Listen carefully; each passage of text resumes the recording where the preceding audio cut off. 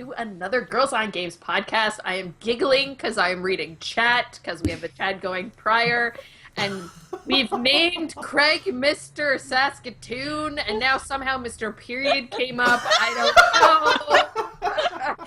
So I'm giggling before we even start this thing. I love it. I love That's it. a good sign. That's a great sign. Good sign.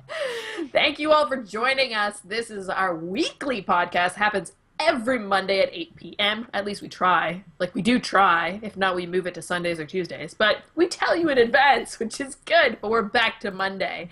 I've got a wonderful team with me here today. We've got my partner in crime, Catherine Smith-Davier. How you doing, Kat? I'm good. Hello. We've got Twitch streamer extraordinaire, Miss Becky Snooze Gaming.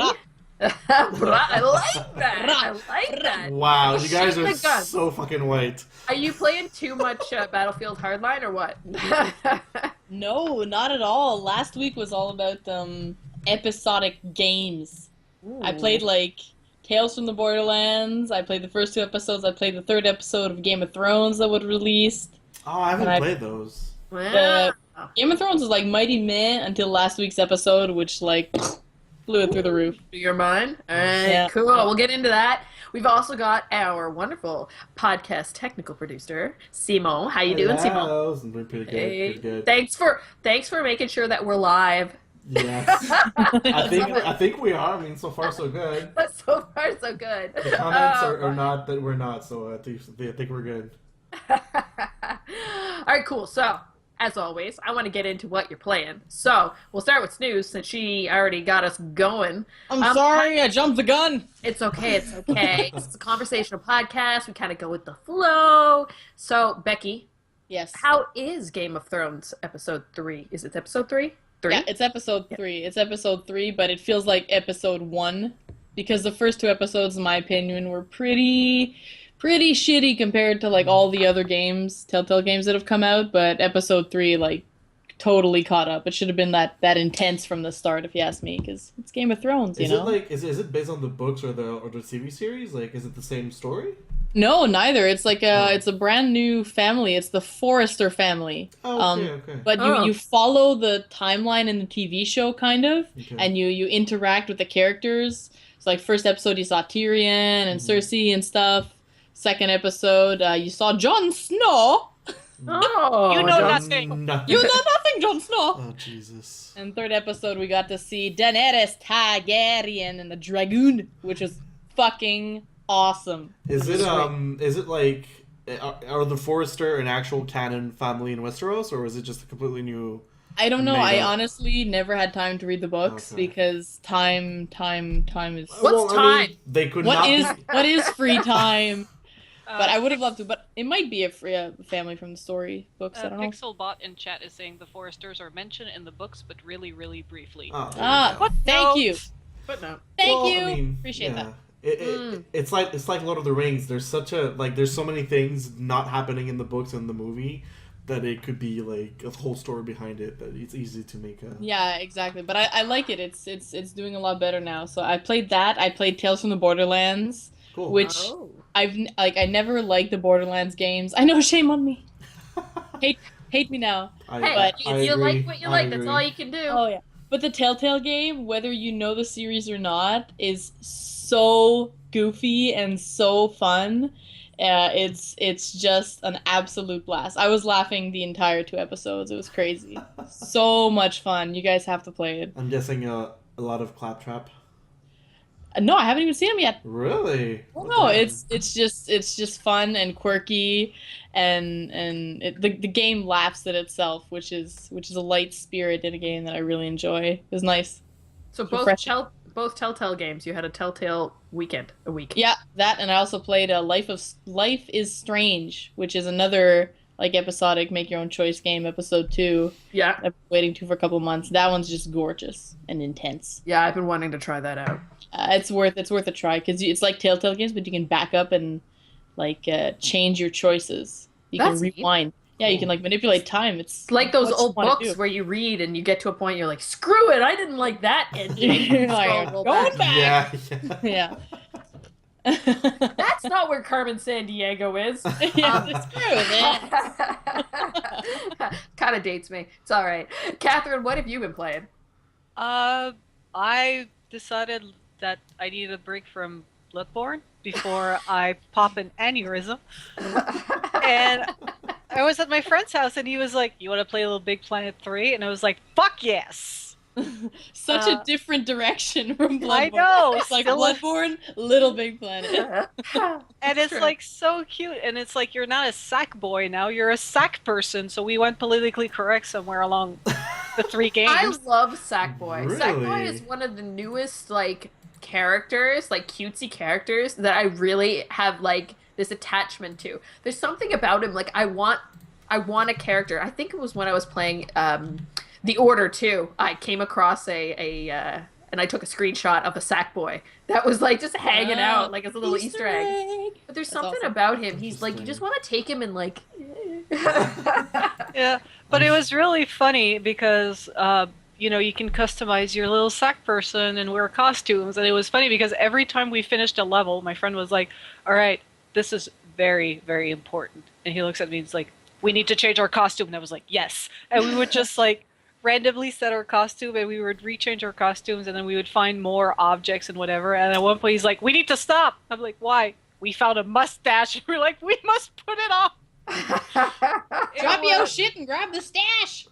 Yeah, so we only played like through the first part, like pretty much the prologue, and we got into a bit of the beginning of the story, but it's like it's really well made, to be honest. Like it's a great platformer and it's not too childish. I find it less childish than the Lego games.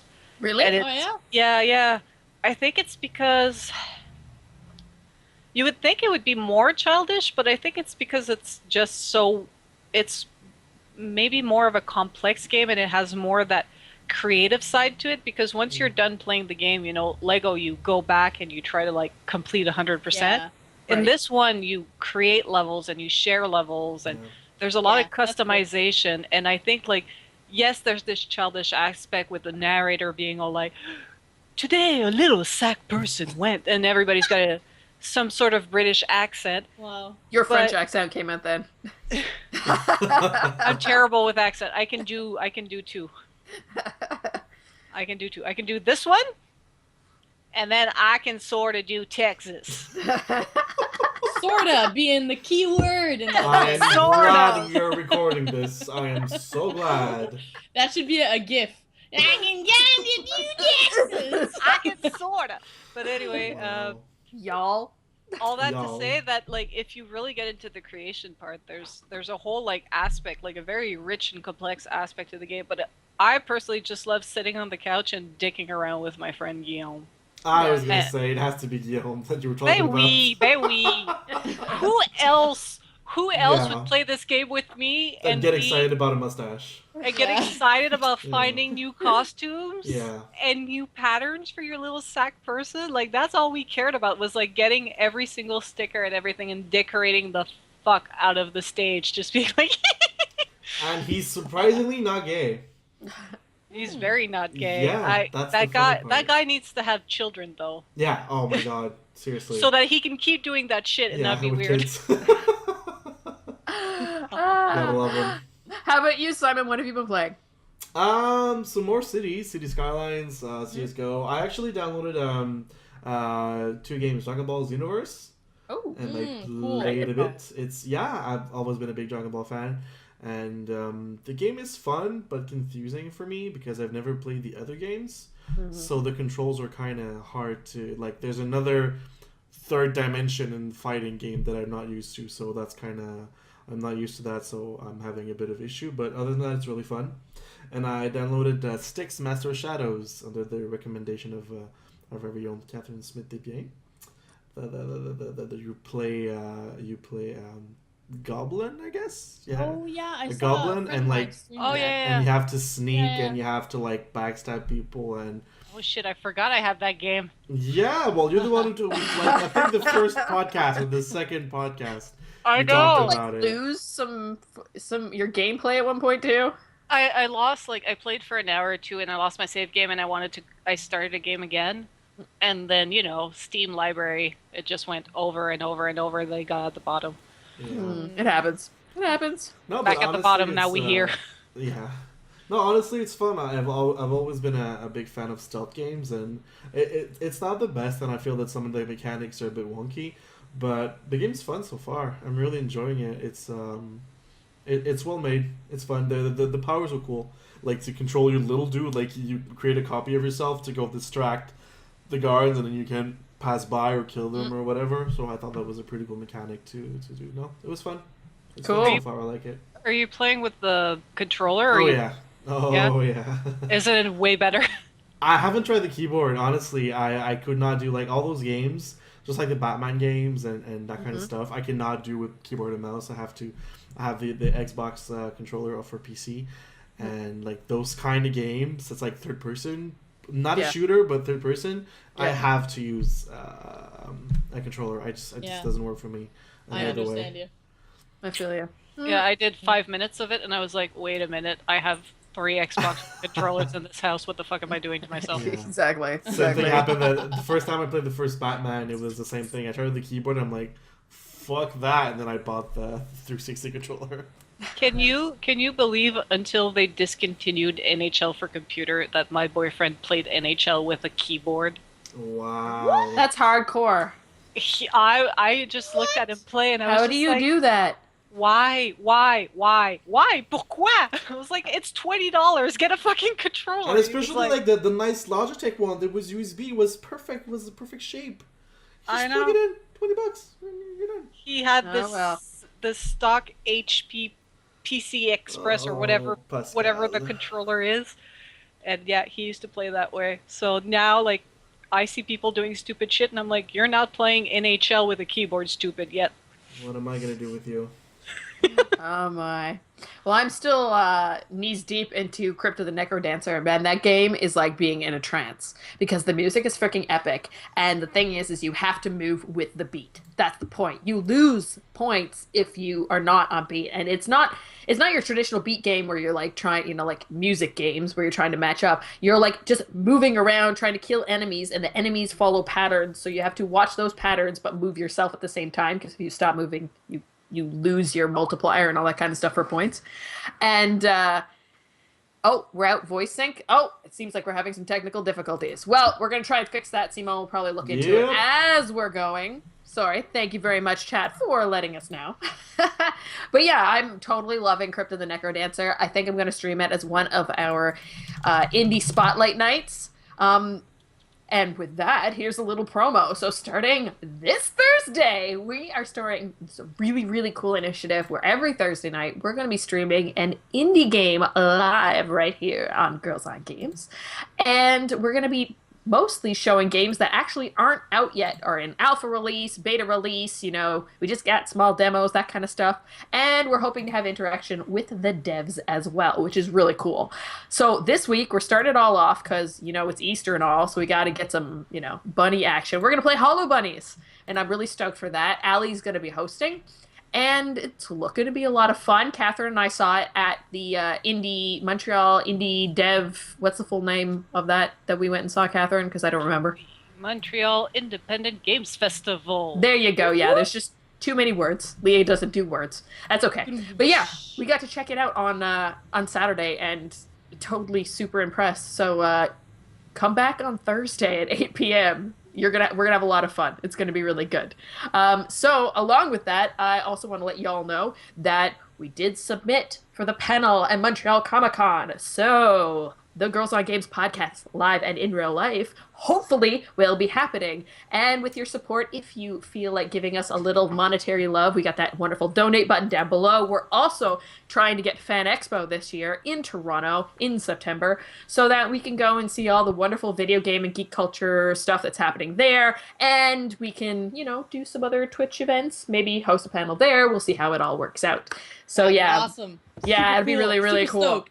Help us afford a hotel without a cockroach. Yay! I No don't bed want bugs. to share a sleeping bag in a car with these guys. Love them. No, I don't want to share a sleeping bag in a car. What? No, that would be good. That would be good. So let's get into the nitty gritty. Let's get into the hot news this week. So, all right. Last week we spoke a lot about Nintendo and their announcement about working with DNA and doing mobile, and then their announcement of their next console, codename NX. Guess what? You want your NX? You, if you live in Australia, can already pre-order it for $10 Australian. That's a little weird. $10. Yeah. You could go to the EV Games in Australia and pre-order the NX, which doesn't have a release date. Don't know anything about it besides its code name. Like, what? Can they do that? Like, Well, $10? maybe. All right. $10. Sure, okay. why not? Put another shrimp on the bobby. Them Australians. The toilet water runs backwards, so I guess Yeah. you can also pre-order games that are consoles that don't even really exist yet. Okay, cool. That's fine. Mortal Kombat 10's coming in a few weeks. 2 weeks. Oh my god. Oh my god, all the news that we're hearing about Mortal Kombat between like all the different fatalities and the different characters and all this kind of stuff. Like I'm chomping at the bit to play that game. I don't know about you guys, but I can't wait to pull some fatalities out on people. We're gonna have to live stream that. I just want to like watch people play it. I'm not so much as interested in playing it. It's because it's that little, you know, too gory past reasoning type of game for me. But I'd love to watch people play it and like react to playing it and stuff. Yeah, it gets to the point where like in the beginning you're like it's like gory and you're just like ooh, but then after a while you're so desensitized by all of it. It's just over the top hilarity. Yeah, you know, button mashing must beat other person. At one point, it just becomes about a competition. Yeah, basically. Totally. Unless you're playing against me and I'm just a button masher and I fuck up people's strategy because I'm just like, what does this do? Are they coming out with like a limited edition, like arcade board for that? I know they do that sometimes with fighting games. I haven't heard, but I wouldn't be surprised if they did. Because that would they would do, and it's the first Mortal Kombat on next gen, so that would make a lot of sense. Yeah, it's the first big fighter on next gen. I mean, you had Killer Instinct on Xbox. That doesn't count. And you could have bought Injustice: Gods Among Us, the Ultimate Edition or whatever it was. But I did. Still NetherRealms. But did that come out on next gen? No, that was on 60. No, it came out. They redid it. They put it up. Yeah. Really? Because I know our buddy Jason Bachman went and got it because he's a huge Superman fan. So yeah. Yep. On top of that, we've got a director for the movie Ready Player One, the one, the only Mr. Steven Spielberg. So now I have to go read that book. It's been on my to-read list for a long ass time. So, maybe we should have a book club podcast at one point. Like, all of us set to read Ready Player One, and then we can go and watch the movie and, pass a critique. That'd be kind of cool. I like that idea. Sounds good to me. Podcast book club. Hey, we're revolutionary. We are revolutionary. You know what? We'll do it all. We're geeks to the hardcore, to the maximum core. We will read a book while podcasting for you guys. Oh, that could be really cool. Narrative readings? Like sitting there and we can all make voices. It'd be like the Harry Potter audiobooks. Dude. The fifth book is like 28 hours long. Yeah. Anyways. On a sad note, we lost a big video game retailer here in Canada. Future Shop's closed there on Saturday randomly, like just out of nowhere. I can understand it. Best Buy and Future Shop are essentially the same store and running two, especially when a lot of cases there would be a Future Shop and then you would like cross the parking lot and there would be a Best Buy. But it's really sad when another retailer bites the dust. I remember when Future Shop came in to Canada, or like they first opened, because we didn't have Best Buy for a while. And, they did have a pretty decent, like competitive pricing thing where you'd go in if you saw like a better price online and they would match it and like $10 off and that kind of thing. But yeah, it's kind of sad because a lot of people lost jobs. You'll still be able to do that at Best Buy. So I know. Yeah, it's true. Well, but a lot of people lost jobs and it's kind of sad. Yeah, that sucks. They did close stores, like people just showed up to work, like the one at the Pepsi Forum. Yeah. Downtown Montreal, like people just showed up to work and there was like a padlock on the door being like, nope, like, LOL. I would imagine the one downtown Montreal by Music Plus will reopen as a Best Buy because that's kind of in a hub. But I Yeah, don't it know has what to. they'll do with the Forum one because I remember when they opened the Forum one, it was ginormous, and Yeah. then they just kept getting it smaller and smaller and smaller and smaller. So And yeah, I could see that one not coming back. it was empty. And I It was. remember you and I like running errands for the radio stations. Like, you know, we would go with like the station's credit card and we would like stock up on the SD cards and things like that.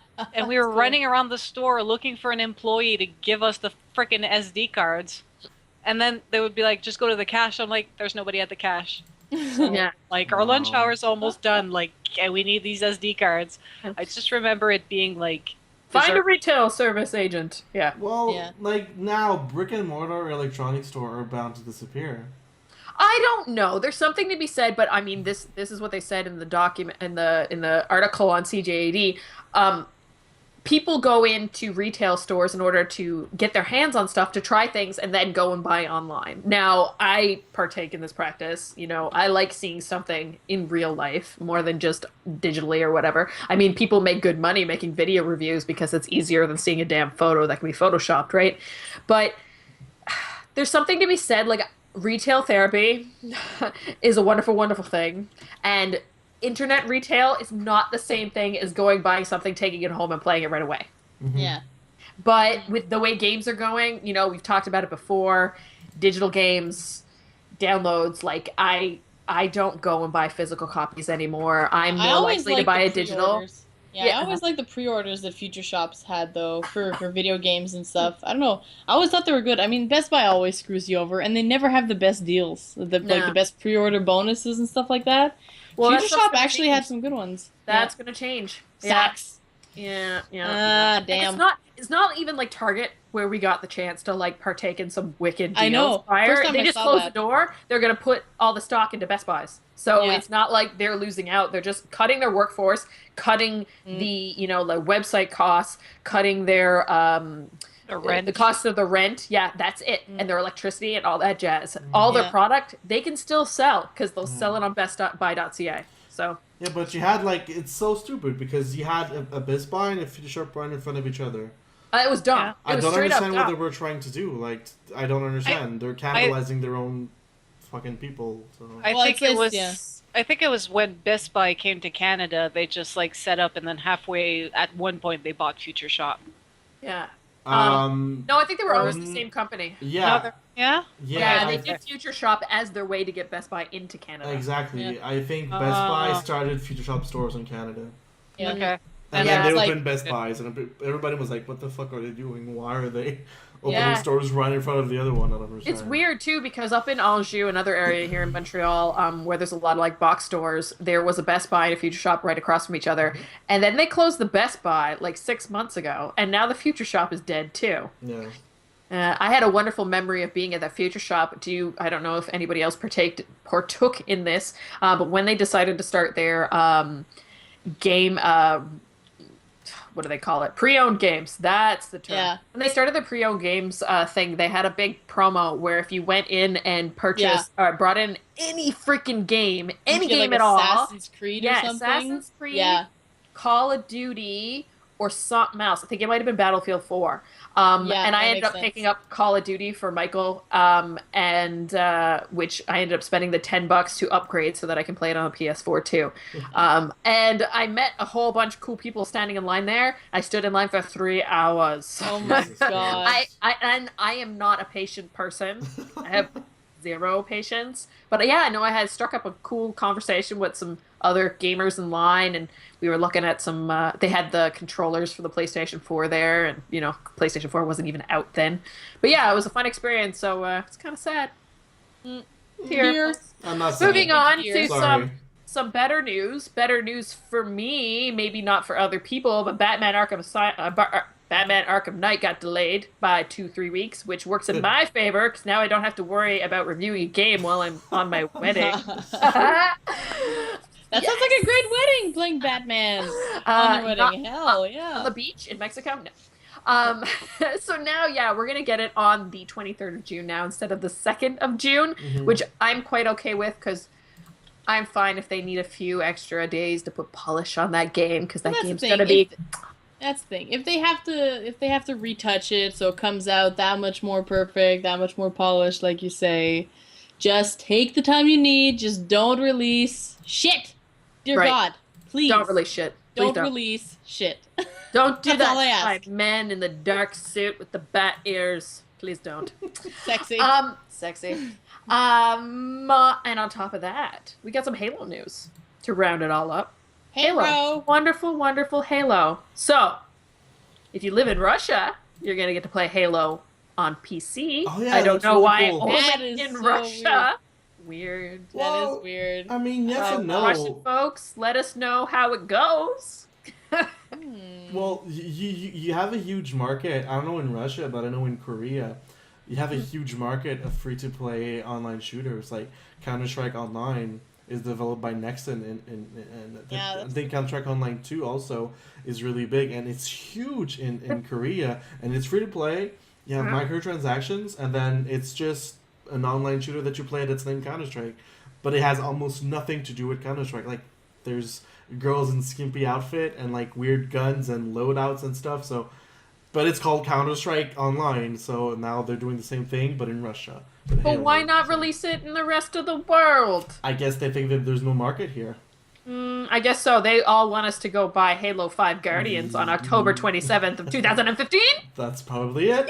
Awesome which got segue. announced. Yeah, that got announced yesterday. True that. Who saw that trailer? I saw that trailer. It was really good. Go I check it didn't out. even see the trailer yet. Didn't they play it during The Walking Dead last night? Isn't that where they I they want played to it for say the first time? yes. I want to think say so. yes, but I know Craig like lost his mind and tweeted us when it came out, and then I jumped to it. Yes. Oh, okay, no, I think that was the big thing. They were announcing it during like Walking Dead finale or whatever. Yeah. So it's really cool. Really cool. I'm excited about that. I'm sure our girl Kat, who is studying, is also really excited, but we'll let her study so she can get past her school so that she can actually play Halo. Sounds like a plan. Yeah, makes sense. On other news, but it's actually going to get into our topic. We've got 3 topics today. Also, if you've got any questions for us, feel free to throw them into chat, because we'll answer them at the end.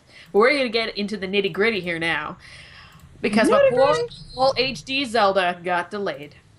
Wah wah wah wow. We had that wonderful betting game that I still have to put up on the site. I am not changing any of the bets, even though I know a lot of the answers already come out. That's true.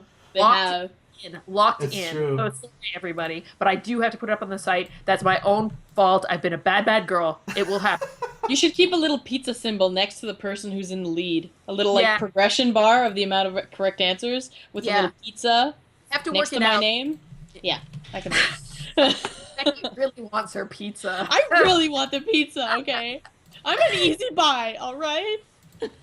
So for all of us that voted that we were gonna get to see a Zelda and we're gonna get to see a trailer at E3 are disappointed, because not only are we not getting the game, we're not even gonna see it at E3 because they want to have more time to work on it. And I'm that's really sad. fine. I You know just it's said that's fine. fine for Batman. Why would it not be fine for No. Zelda? God! I was God! I am honestly, I love this trend of right now of It's okay. games being delayed. It's stupid to say, but No. I love right now that games are being delayed, because it means that I think the companies got the message. Yeah. I think now that they understand that if you release a crap game that's not finished, full of bugs, people are gonna shit on your game, and you're not gonna make the It's sales that you're Yeah, supposed to make. especially when it's a huge title. Exactly, Like, when it's super awaited and like very much Yeah. hyped. You can figure out to wait a couple more weeks, even months, to polish your game and make sure that when it comes out, it's fucking on par with what people are expecting.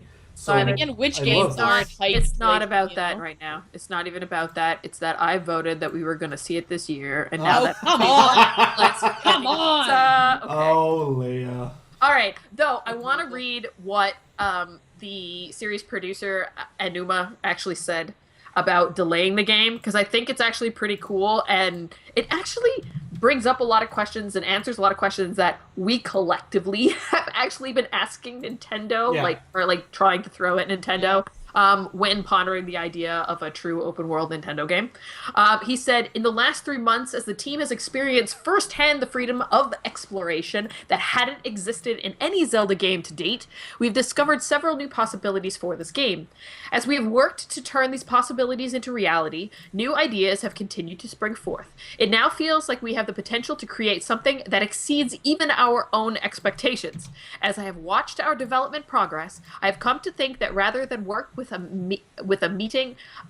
sorry, I can't read anymore. As I have watched our development progress, I have come to think that rather than work with meeting a specific schedule as our objective and releasing a game that reflects only what we can create within that scheduled time, I feel strongly that our focus should be to bring all these ideas to life in a way that will make The Legend of Zelda on Wii U the best game it can possibly be. Amen. Kudos to that man. Amen. Now, Yeah. now, Say what it, brother. do you think? Say it. All right, folks. Here's the discussion part. What do you think this freedom of exploration is going to bring forth in a new Zelda? What could they do that separates this HD open world Zelda from Ocarina of Time, Majora's Mask? First of all, do we know if they're integrating online? No. They haven't talked It's about Zelda. It's not Zelda. It's Nintendo. Do you think they're going to integrate online? Well, you never know. Maybe that's the new element that they've discovered. That's a pipe dream. That's true. I mean, if that's a possibility, maybe they'd try and go in like the MMO RPG type Zelda. No. That's why they'd need a lot more time. You don't know. No. You don't know. No. No. No. No. I don't want MMOs. Stop with your fucking MMOs. I didn't say I Not wanted. you, I said not it you, could not you. go. We don't know if it's not gonna No. go. We don't know if it's No. not gonna Nope. go in that Nope. direction. Okay. Nope. Someone mute Nope. Simon. Nope. He's Nope. the technical producer. He's the one with the power, okay? Simon, mute yourself, for God's sakes! No, I'm not saying I want it to go in the MMORPG type direction, but I think it's a possibility. I think it's a possibility. I mean, I think we're definitely looking at like a lot more side quests. But everybody wants to play as Link. Exactly. So that's why I don't think be online hundreds of would- thousands of Links, all with like girls and boys. And, different type, yeah. toques. No, it's gonna be called the Link with the fucking eye trimo or whatever the fuck you call The it. Link with the eye patch, the Link with the wooden leg. You differentiate your Link. Peg leg. Peg leg Link. I would play with him. Wow. He has a chunk of the Peg leg Deku Link. tree on his leg. Oh my god, that's what happened to the Deku Wow. Holy shit. I just massacred Zelda fans everywhere. All our Gay says he'll play as Tingle. Oh my god. Oh my. You should get your peg leg in the first dungeon, so you actually start the game with only one leg. It's Peg leg, actually a and then you weapon wear, like, that- And then you hump to your first dungeon and you The hover fucking- boots and the peg leg. Oh my god. all puzzles are done like hopscotch because you only Yeah. got one leg. Oh yeah, that's the one. Yeah, That's it. there you go. There you go. So Zelda. we admit it's a make it happen. possibility. Thank you, Brah. Nintendo. There's my Nope. brah. You don't Brah. you don't see my screen, but I have a paper that says nope on it right now. Oh, okay. Okay. Wonderful. Kat, how about you? What do you think they could do? I'm expecting something Skyrim-like. Like, you do the prologue and then you're just in the world and they're like, okay, bye. So Go. you just gotta walk Free. around and figure shit out, because that's the thing with Zelda. That's the thing I didn't understand with Navi in the 64, where she kept constantly reminding you of your objective. When Zelda, you're supposed to be just like left to your own device. And I remember you and I talking about this, Leah, that we were really enjoying A Link Between Two Worlds, because after the first dungeon, they're just like, here are where all of the other dungeons are. You have 7 of them to complete. Goodbye.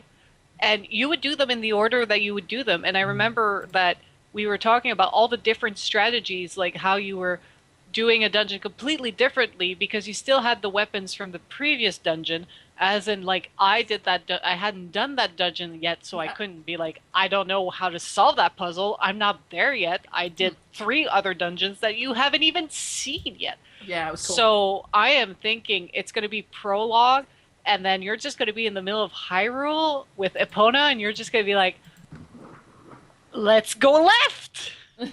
See, as long as they don't throw in so many side quest elements that you always feel like the main story is still there.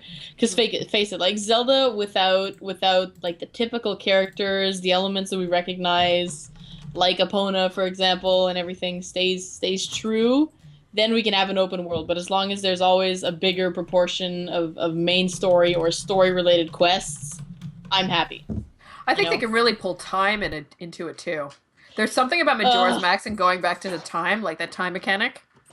You know what? I think we're stuff. done with time. I think She's like, screw time. Put time away. Screw time. Screw time.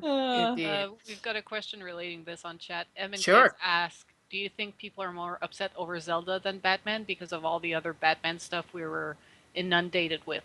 I think they definitely are. I think they are. I mean, Batman's only a couple of weeks. Zelda's like a year. Yeah, that's not even comparable. We don't know. They didn't. Yeah, Zelda went from sometime in 2015 to sometime in 2016. Yeah, there's like a large window. Batman's 3 weeks. Back in time. Like Batman, it's like they're just doing it to put the spit shine on it. Zelda, like they're rethinking their strategy. That's a big change. Oh my god, I am so sorry. Oh, animals everywhere. My dog is going nuts. I'm gonna check here now if there's anything else we wanted to talk about. When it pertains to Zelda, Simo, I don't think you threw in your card. Well, I mean, it's basically what Catherine said. Like, I loved A Link to the Past, and I loved A Link Between Worlds, and I think that if they go that route where you start and then do whatever the fuck you want, there's no order to your dungeons, there's no order in how you do it, and I love the renting item system in I love that too. Worlds. That was I thought it was really smart. You could buy it if you think that you're gonna need it the whole time if you like the item. If not, you can just rent it and then and I thought that was a really cool system. So I'm kind of hoping for something like that. Very open ended and pretty much do the story in whatever order you want to do it, and then you don't need one item. You don't get the hook shot in the fucking water temple. You don't get the whatever other temple. You get whatever the fucking other temple. I didn't do that one. Exactly. That's my a new favorite temple. That's a secret temple. The whatever the fuck is this? It's the best one. Yeah, the whatchamacallit? It's the best one. The whatchamacallit and the what in the you need the temple. who dad to finish the whatchamacallit. Yeah. You sound like my dad. Yeah. Find the pebble of truth, you nerd. Go outside. Wow. Anyhow, so yeah, that's pretty much what I said, and I'm gonna shut up now. Oh, I'm sorry. I'm feeling trolly tonight. I'm horrible. I'm gonna mute myself now. This is a particularly silly podcast tonight. That's good. After heavy topics, it is due. All right, and we're getting to another heavy topic here now. Okay, we're getting intense. All right, so to get back on Mortal Kombat, if you guys get the chance, you need to go check out a video from the stream of NetherRealms did. They did a Twitch stream, and they showed off some of the behind-the-scenes stuff of how they made Mortal Kombat 10. And one of the coolest things and one of my favorite things about movie making and video game making is seeing behind the scenes. And they actually showed how they make some of the noises, like, because, if you're, like, ripping somebody's heart out and, doing crazy fatalities, hey, Paul. There's going to be some pretty... Oh, what did Paul do? Donation from Paul. Thanks, Paul! Yay! Thanks so much! If you're doing, like, crazy blood-curdling, graphics on scene, you need to have the appropriate sound to go along with it. And Foley design is actually something that... we always talk about soundtracks and that kind of stuff, but Foley is not something that we talk about a whole lot. And NetherRealms, in the process of showing their behind-the-scenes stuff, decided to show us how they made some of the noises. So the video is of them taking Jell-O with a plunger and then making fart noises, talking about intense topics, making fart noises and splat noises and all this kind of really cool stuff that you're going to hear while you're playing the game. It's just really interesting to see the duality of like how they actually make the noise and then what the noise is going to be in the end, like it's supposed to be like a heart or intestines or like other bodily stuff. And you know it's like Jello. It's Jello. So I want to know, you guys, like, are you into finding out behind the scenes stuff in video game making and production? Is there anything that you've learned during the process? Because a lot of stuff is like open now. Everybody's super like collaborative. They show off how they make things. Is there anything about like the behind the scenes production of video games that's really surprised you and intrigued you and made you want to learn more about how games are made? Oh, I think it's really funny how we went from, hand animation to motion capture to full-on performance capture and going more and more fancy, and that how they record sound effects for video games is the way they've recorded sound effects for years, which is like if you break a bone, you break a stalk of celery, and that's the sound it makes. And, for ninja film, there's always whacked like cabbage and lettuce. And I think it's great to see that in order to make games more lifelike, they go back to real life. Mm-hmm. Yeah. And it's That's like crazy. you need a real actor doing a performance, and you capture and then you clean up the animation. And if you want, a helicopter sound, you go out and you put a mic to a helicopter. And that's it. Yeah. We've gone a long way considering that sounds in the beginning were doot doot doot doot doot doot doot doot doot doot doot doot. We have evolved. Admit 8-bit evolved. music is fucking awesome though. No, I still do. chiptune is amazing. It is. It has its It place. But then again, there's the sound of breaking bones and gushing blood and Jello. It's all Jello, jam, and celeries. Oh yeah, that's what it's about. Great sandwich. What the fuck? Mortal Becky just Kombat lost salad. Jesus Christ. Becky's lost it. Yeah. She's cut off. I don't know what's in that glass you're drinking. It must be rum and coke or I something. am not saying what's in that glass. I just had a really long day to work. I think the question is what is not in that glass. I think that's really what the question Everything is. but the kitchen sink. And celery and Jello. There's nothing Sorry. wrong with Move Jello on. shots. Move It's on. okay. Move We on. need to get out of the gutter. How about you, Simon? Is there anything about behind the scenes about video game making that has really piqued your interest? Well, I studied in multimedia when I was in CJAP, even though that didn't pan out eventually. But I did do a bit of 3D animation, and I sucked. I was horrible. Like I have no sense of what 3D looks like and what it's good. So to me, whenever I see like pre-rendered animations, like Blizzard does really, really fucking cool ones. Oh, don't they? Yeah, so like whenever I see that, I'm always impressed as to how lifelike and how close they can, they can out of nothing, sometimes it's not even motion capture, really out of nothing, they can create something that is so close to what real life is. And that really blows my mind that we're getting closer and closer to a level of realism that is so intense that at one point I don't think we'll be able to distinguish, what's virtual reality and what's not. So I don't know. It's pretty crazy that we can go that far into creating something virtual. Yeah. No, I agree. It's very interesting to know. I've never been like really interested in how they do these making ofs, whether it's movie, TV show, whatever. But when I hear it, it's fascinating. But I'm not the type of person who's gonna go out there and watch a video on how it's made. No. I don't go out and get it. But when you guys tell that to me, like it's freaking amazing. That's so cool. I didn't even know they used celery for the breaking bone sound. I'm never gonna be able to play a fighting game ever again. You're never gonna be able to hungry. eat celery again. Yeah, because when you're hungry, the first go-to food is celery, of course. Peanut butter and raisins. Jeez. These guys again. are fucking weird. Except for Catherine, she can't eat peanuts. But even the raisins. Raisins, You celery, didn't eat and that peanut as a butter? kid? Come on, you were in daycare and they gave you celery with raisins and No. with No. peanut butter, and it was like ants on a log. I wasn't in weird place daycare. I was in regular place daycare. What do you say, Simon? What are you saying? You know Actually, I don't want to exactly know. what We're I'm gonna saying. move on to another You know topic. exactly Everybody's what I'm just gonna saying. make fun of Leah and her Newfie upbringings. It's okay. It's okay. It's fine. I How come you understand. get to decide? Maybe the rest of us three want to stay on that subject. No, it's okay. Oh, I come run on. This thing. Just because you have the pink earbuds, you don't I get have- to decide I have the all. power. I run this podcast. Yeah, well, I could just also remove your webcam from the thing, so... Oh! Oh! Ah! Nudity! I just went there. I just went there.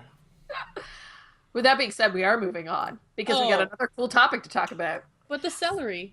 Celery. We can bring up celery again because we're going to talk about Final Fantasy 15 and a controversy, and maybe bro gangs of hanging together like to eat their celery with peanut butter and raisins. But just to let y'all know, we're getting a men's group that we're going to be able to play as for Final Fantasy 15. Fine and dandy. I didn't really think too much of it until the game developer decided to put his foot in his mouth. And you know what? After last week, I think we should make this a segment where every week we talk about the foot in mouth segment where someone does and says something absolutely stupid and we just sit there and shake our heads because we know if they had those 5 minutes back, they probably would have changed their mind of how they addressed it. Oh my. So, Final Fantasy 15 director Tabata tried to justify why. I guess he was getting some backlash as to, having an all-bro team for Final Fantasy 15. And he said, speaking honestly, an all-male party feels almost more approachable for players. Even the presence of one female in the group will change their behavior so that they'll act differently. So to give the most natural feeling, to make them feel sincere and honest, having them all the same gender made sense in that way. Okay. So, obviously, we're dealing with a whole lot of backlash between women and games and stuff lately, and this didn't help. And, it's not the first time that they've had a game in Final Fantasy where it's been all one gender. I mean, 10-2? But really, that was just fan service. I think it was more for the guys and the girls anyway. We talk about all the costume changes and all that kind of stuff. Anyways. Pretty Princess Dress Up is what we called it. Yeah, Pretty Princess Dress Up. Yeah, it's a good name for that game. But here's the dealio. So the internet is aflame because they're like, well, really, that doesn't really change anything. If you throw one girl in there. Would we even be talking about this if he hadn't said anything? Do we really care that it's an all-guy team? There has to be other games out there that have done all-male teams for stuff. It doesn't really seem that obtuse to me. I'm really mad that there's not a female in One Direction. That's how random I find it is. They've got wait, you mean they're all guys? Wait, that Harry Styles. Your face. He is a guy. No, they're not going to go there. No, but that's what I mean. As in, why can't the developer just do what he does? If he knows the game better than anyone, if he thinks it's a good idea to make an all-male cast because it's gonna roll better with his storyline, or I don't know, let him do whatever the hell he wants. So what? There's no girls in it, or I don't even see why it's a thing. It's the comment. It's how he's like, you can't have a girl because then it's like. Bros will be bros, and bros can't be bros if there's a chick around. Bro. Man, they gotta act all manly and stuff, and they can't talk about chest, bro, chest. No, bro, chest. Don't chest, bro. Anyway, yeah. All that to say that it's the comment he made. It's not the fact that he's having all dudes. It's the reason he gave is absolutely stupid. If he would have just said, well, they're a boy band, we would have been okay. Mm-hmm. Yeah, exactly. I don't know. I mean, sure you can react to that comment, but I mean, I just don't see why it's necessary. I mean, personally, I prefer the mix. I preferred the mix in previous Final Fantasy games. I never really investigated the ratio of women characters to men characters. You just, okay, this is what the game is. Accept it, play it. But it's fun. It's stupid because you've had every other Final Fantasy has had a male and female in the same party, and that was never an issue. It was never. It's not because there's a girl. Oh my God, there's a girl. I have to seduce her and touch her butts and touch her boobies. There are a lot of love stories in Final Fantasy. They are, and that's fine. But maybe he decided in this one that their love story was not necessary, and he wanted to focus on some other story element. And that's or it's a gay love story. Yeah. The mixes were always fine. They always melded together as a cast, and I think Final Fantasy has always gone in the right direction so that the cast is, perfect, basically. Mm-hmm. Each one has their own little background, which is something that's still gonna be there in this Final Fantasy, just they don't have the same woohoos. Yeah. You know? Obviously. So this is why I'm nominating this new segment that we're going to start adding to the podcast. Open mouth, insert foot. Yeah. I should change the topic to that then. Yeah, that's going to happen. I'm going to try and find the most ridiculous comment each week that happens in video gaming. Also, why the internet hates you right now because you said something stupid. Well, we could talk about that Fable thing. Oh my god. Okay, so let's talk about that. Here's another one. But this is funny because if Catherine Ashley was on here, she would give us a feminist rant on this and how she would take her feminist spin on it. But, you know, I'm sure she'd have valid points and all that jazz and totally cool with it. I get the impression she's like burning a bra right now or something. She's woo! Fable decided to tweet out something. What was National Cleavage Day or something happened? The foaming boobs. The foaming boobs. The foaming jugs. They posted a picture of a girl who obviously was like a wench working in a tavern and had a bustier on with like her boobs and holding two mugs with foaming beer. And they posted it and they were like, Happy National Cleavage Day? I think that's what it was. Hilarious. It was friggin' hilarious. And then the internet went ballistic and Brianna Wu lost her fucking mind over it. And we're just sitting there like, triggered. We're just like, what the hell? And then they took it down. And you know what? I kind of wish Fable had kept it up. Because it was funny, and why can't we laugh at some fucking humor? Why can't we all just laugh? Go ahead. Yeah, the way I saw it is they were making fun of such a ridiculous day. They were like, this day exists. It's stupid. Here's a stupid photo from our archives that you laughed way back when we first started the game. It's like, this was a joke in our game. This is a joke today. That was more like that. Like, you know, it's like the Steak and BJ Day. That's March 15th to like thank our guy for like taking us out like a month. Valentine's Day. For Valentine's Day. And I'm just like, you know, it's a joke. It's funny. Yeah, it's a joke. If you stop and think about it, it's sad. So might as well laugh. Oh, there it is. Oh, you put it on the channel. That's cool. Yeah, so people can see what we're talking about. Oh, keep it away from my face. Oh, sorry. I'll put it lower. Keep the jugs away from my face. I'll put it next to my face. I'm insulted I'll put it next to my face. depiction of the female figure.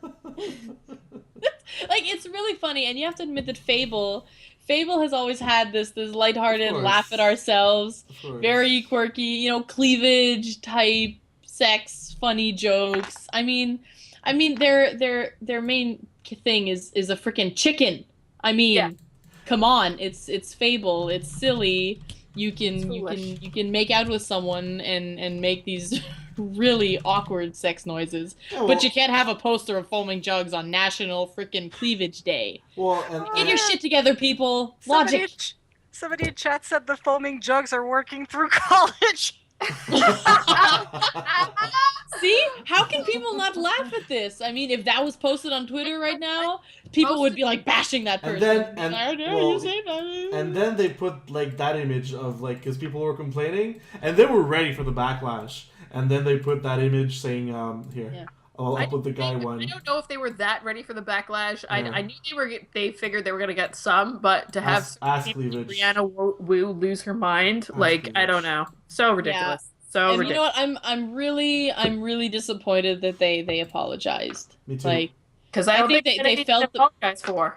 Yeah, they felt the pressure to apologize by social media, which is horrible because that's what that company's always been about, and they should just stand what they stand for and what they've built as a company, the humor that they've always lived with. They should have just held their ground, not given in to stupid social media pressure crap just to look good to one fan and Especially Wu. I mean, come on. Yeah. Social justice warriors. I know, it's horrible. Down with them. All right, let's move on to some chat questions. I got two. If anybody's got any others, feel free to ask them. And but first, we're gonna go to Craig. He's got another question, of course, because we can always count on Craig for questions. Thanks, buddy. He wants to know: will a potential Halo 5 Xbox One console be a game changer for sales for Microsoft this fall? I would think you are going to see a console. I kind of tried to poke that out of Microsoft last year at the X1 event. in Toronto. I was prodding them and I was like, hey, why no Master Chief Collection Xbox? Huh? Poke 'em? And they were like, well, maybe we're waiting for something else. Or, like, I don't want to put words in their mouths, but that's what I'm assuming that they're doing, right? Because they had put out at that time, they had a really cool Call of Duty one. They had the white one for Sunset Overdrive. And then I was like, why aren't you putting out a Master Chief Collection? And they were like, because, we can't put, multiple different SKUs going on. So I'm assuming that they are going to put out a console. It would make a lot of sense. Whether that's going to change the number of people who buy it, I'm not sure. I mean, they would have to drop price too, maybe. Do you think there's significantly a lot of people waiting to buy a console for Halo 5? No. I think a lot of people already bought it. Not at this point. Yeah, they got it when the Master Chief Collection came out, and now they're just waiting for their next big game, which is going to be Halo 5. Yeah. I mean, there's obviously going to be like a peak in sales. That's inevitable. I mean, it's Halo, But I think a good part of their market, and PlayStation's going to come out with a big title that's going to be released in the same week that's going to counterbalance the competition, anyways. So. Yeah. They will be hot commodity come Christmas time, when people are buying Xbox Ones to put under the Christmas trees and in Hanukkah and all that kind of stuff. But whether or not there will be a peak, because obviously everybody wants to play Halo. Whether it's gonna like rocket the sales to be significantly different from where PlayStation and where Xbox stands right now, I don't know. I don't think so. Me neither. Yeah. Another question. Oh, Kat, did you want to jump in? Just saying that people that want to play Halo probably already bought the Xbox. That's what I think. Yeah, that's the thing. Yep. Paul, they come out, no, sorry. Paul and Game wants to know, is it worth paying for VIP tickets to Comic-Con? All right, Montreal Comic-Con announced its lineup this week. You could check out most of that on girlsongames.ca. Mario is coming, the voice of Mario, which is really cool. VIP tickets, I know, I'm not totally certain right now what they stand for. I know they give you special access. They give you early access in on certain days, so that you can get early access to, like, buy things. They also sometimes give you extra access to panels and stuff that, if not, you might have to, like, stand in line. Like, they might have a reserve section. Certain panels, though, really, really hot panels, especially with the big key artists, or key people coming in for the event, the personalities, those are usually ones that you have to buy separate no matter what. So, yeah. But is it worth to go to Montreal Comic-Con? Yes, it is. Yeah. It is a hell of a lot of fun. I know they're doing big stuff for video games this year. They're earlier this year so that they can actually use more of the space in the convention center, or the Palais de Congrès here. There's going to be a Super Smash Brothers competition, which is really cool. There's going to be some indie dev stuff going on.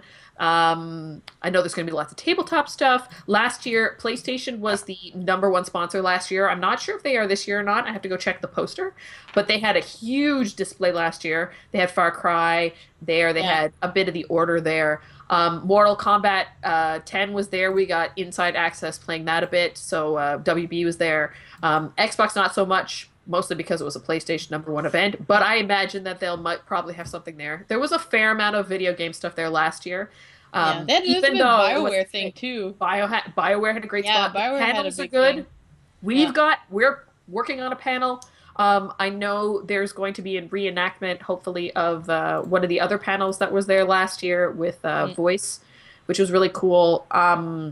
Extra Life will be represented this year. Extra Life, yeah. Our wonderful Becky is actually the president of the Montreal Guild for Look Extra Life. at you. So that's really cool. They're working on All something. fancy president stuff. We're going to be there all weekend President hanging Snooze. out. It's a lot of fun to hang out with people, to get your geek on, to buy cool shit. And just to explore everything that is geek culture in Montreal. We do wonderful. We have a wonderful section on our website where we've done like cool stuff to do before the con, after the con, during the con, all the kind of stuff that you should check out. It's a wonderful time to be in Montreal. So yeah, if you do get the chance, come down. It's worth the ticket price. You won't be disappointed. And if you do end up going and you see one of us, holler at us, say hi. We'd love to meet you. Poke us, yell at us, say, "Hey, Girls Like Games!" And, we'll come over and we'll have a chat, and it's a lot of fun. Oh, yeah. It will be hyped on Twitter. The Twitter hype God. shall be real. The hype is real. It'll be real. What do you guys think of the cast, like the lineup so far? There's obviously going to be more huge names coming on, but I'm pretty hyped about the people that are there. It's going to get some better. Walking Dead folks. Yeah. Doctor, was there a Doctor Who guest? I want to say Yeah, yes. Karen, Yeah. Karen Gillan, I love her. I'm a huge fan of hers. She's been in the most recent Doctor Who's, and she also played in Guardians of the Galaxy. There's three people from Guardians of the Galaxy who are actually going to be their secondary casts, but I find that's pretty cool. Yeah, she's an Oculus too. I loved her. I thought she was great. Yeah. Meeting the voice of Mara is pretty cool. Catherine and I, when we were going to E3, we went from Montreal to Vancouver, and on our flight from Vancouver to LA, we got on the airplane and walked past the dude, a big burly dude with a Mario tie on, and we were like talking to ourselves, and we're like, "Hey, that Charles looks Martinet. like that." We're like, wow. Look like, right? And we were like, "Hey, that dude's wearing a Mario tie. I wonder if he's going to E3." So, anyways, the stewardess came back and told us, "Yeah, he's Mario," and we were like, "What?" So it'd be really cool to actually like get to shake his hand and talk to him, and hopefully we can do an interview. So we're gonna work on that for y'all. Yes. I'm super unimpressed so far. Maybe I'm being cynical. But Jason Momoa. Personally, yeah, I know, of course. But personally, I'm unimpressed right now with the cast. There's nothing that really is like, holy shit, right now. That but it's gonna get better. It always does. Jason That's Momoa why. was just announced as Aquaman, so his panel is gonna be huge. He was there last year, 2 years ago, and like really interesting panel for the small amount of stuff that he had done, and like he's just been so much more popular since he came last time. Yeah. So that's gonna be a good panel. He's a huge geek too. Like he's a hardcore geek, so I'm really hoping he's Khal Drogo. And we can go talk to him and be like, "Dude, you play video games?" He's like, "Yeah, we play video games. All right, let's do this." So I need to get one of those like transportable console things with the TV, the thing, so we can like just bring it to people. All right, we're playing a game. Like that'll be our interview. That'd be friggin' hilarious. That'd be really cool. Let's see if I can make that happen. You also have to think that Comic-Con used to be in September, and now they're like changing it to July, so they didn't have a full year. So like. Not like 6 months ago, we were there and they had a Star Trek The Next Generation reunion. That was epic. That was crazy. Yeah, so if you think like in the amount of time they have and the fact that they're in a different scheduling and they have to rebuild all of that, and like they had, was it Ottawa or Quebec Comic-Con in the middle of that too? Ottawa Comic-Con is May 8th to 10th, and they actually have like Jessica Nigiri was just announced to be at that one. Yeah, so... You don't like her? She keeps like okay. She has I'm sorry. The reaction was like Yo! Oh my god! I hope, dear God, no one that likes her ever likes her or gets to her ears hears that. No, but she is. I mean, there's other cosplayers that are so much more like. Respectful to their fans, and she blows off her events like all the time. Yeah. Anyways, I know some people that watch and like follow a lot of cosplayers and are always disappointed by her, but still love her, but always disappointed by like her showings. And I think don't hate me. I think she did cancel a Montreal Comic-Con. She did cancel. She's canceled more than one. Steph managed to get a hold of her at Fan Expo last year and did an interview. But yeah, no, she was supposed to be here with Yaya, with Kamui, with Monica Lee, but it didn't pan out. Yeah. We've got one more question from the Pixelbot before we close out this show. He wants to know, do you think we need more games like Bloodborne that are not hand-holding like popular AAA games? Do you feel we're getting too many games that baby us? That is a good question. What do you think? I think we need a good mix of both. I think we can find something between The Order, which is on fucking rails, and Bloodborne, which is just literally obtuse. I think like that's a big appeal for the Skyrims of this world, and for the Zeldas of this world, and for the Dragon Age of this world, which is like just enough help that like you can just go, and then at one point you're like, okay, I'm stuck, and you open your logbook and you're just like, oh yeah, that quest, that's what I was doing. I think I think we could take some of the tutorial out of the last RPGs that came out and make them just a slightly more like less hand-holding and just more like on your own. But the FromSoft formula is not appealing enough mass market to actually be a trend. A bigger thing. Like if you want to say a proper hardcore game, that is a proper hardcore game because you cannot go in there blind. Yeah, but then like Kat says, the market for people who have like the necessary skill to get through these games without hand holding is small. I mean, That's why I say hardcore. But it's not even skill. It's just the patience and the determination and how much do you hate yourself to do this? That's a skill. That's a skill. Yeah, but it's like my boyfriend. At first, he played Dark Souls and he hated it, and then he persevered, and now he's doing a New Game Plus, and he's like, "I think this is my favorite game," and I'm just like, "What has it done to you?" Yeah. This is like that whole like brainwashing.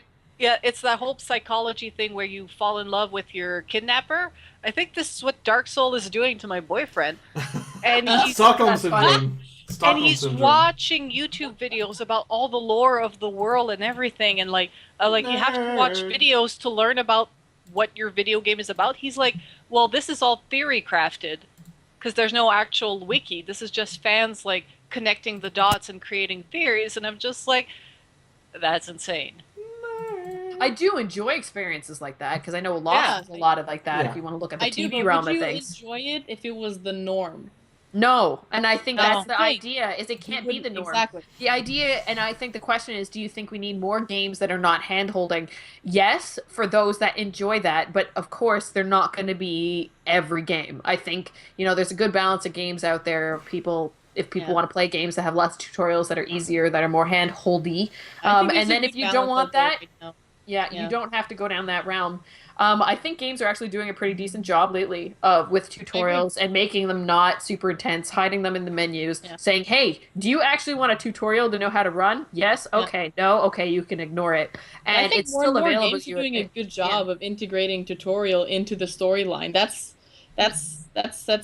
more and more common, I'm finding, especially in like indie games where you have a short amount of gameplay from the start. They integrated like in the story. Look at Ori, great little tutorial. I mean, basically, Ori, the whole game is like a tutorial because it's you're learning new stuff the entire game. You're discovering new powers the entire game, but they never throw the tutorial in your face like they used to. As in, you had the tutorial section, you had the single player, and you had the multiplayer section. So you'd start with the tutorial literally, but they're throwing it in more and more. Titanfall actually did it really well too, where you couldn't do anything until you started the tutorial, but then again the tutorial kind of felt like a beginning and introduction to the universe and everything. So they're doing better. I like it. I'm very happy with the balance and the force at the moment. What's important is that there's a game for everybody, and we need obtuse games like Bloodborne and Dark Souls, but we also need Little Big Planet 3 where you get a mustache and it's the best day of your life. With that being said, that is a wonderful way to end our podcast. I just want to let everybody know that, hey, if you like Girls on Games and you want to be involved, we're actually looking for some more contributors. So shoot me an email at leah@girlsongames if you're interested.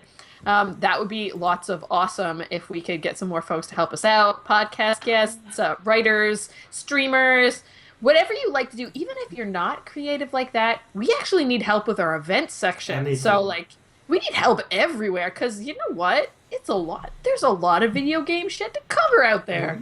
So, and we love help. So, shoot me an email. But, as usual, if there is anything you want to see and follow with us, you can find us at girlsongames.ca. You can find us on Twitter at @thegirlsongames. You can find us right here on Twitch at Girls on Games. You can find us on Instagram at Girls on Games and on Facebook at The Girls on Games. So thank you very much, everybody, for hanging out with us here now this evening. Have a wonderful, wonderful week. Do not forget to come back on Thursday to enjoy Hollow Bunnies at 8 p.m. Eastern Standard Time. And enjoy your Monday and happy gaming. We'll see y'all later. Have a good week, everybody. Bye. Thanks. Ciao. Thanks, everybody.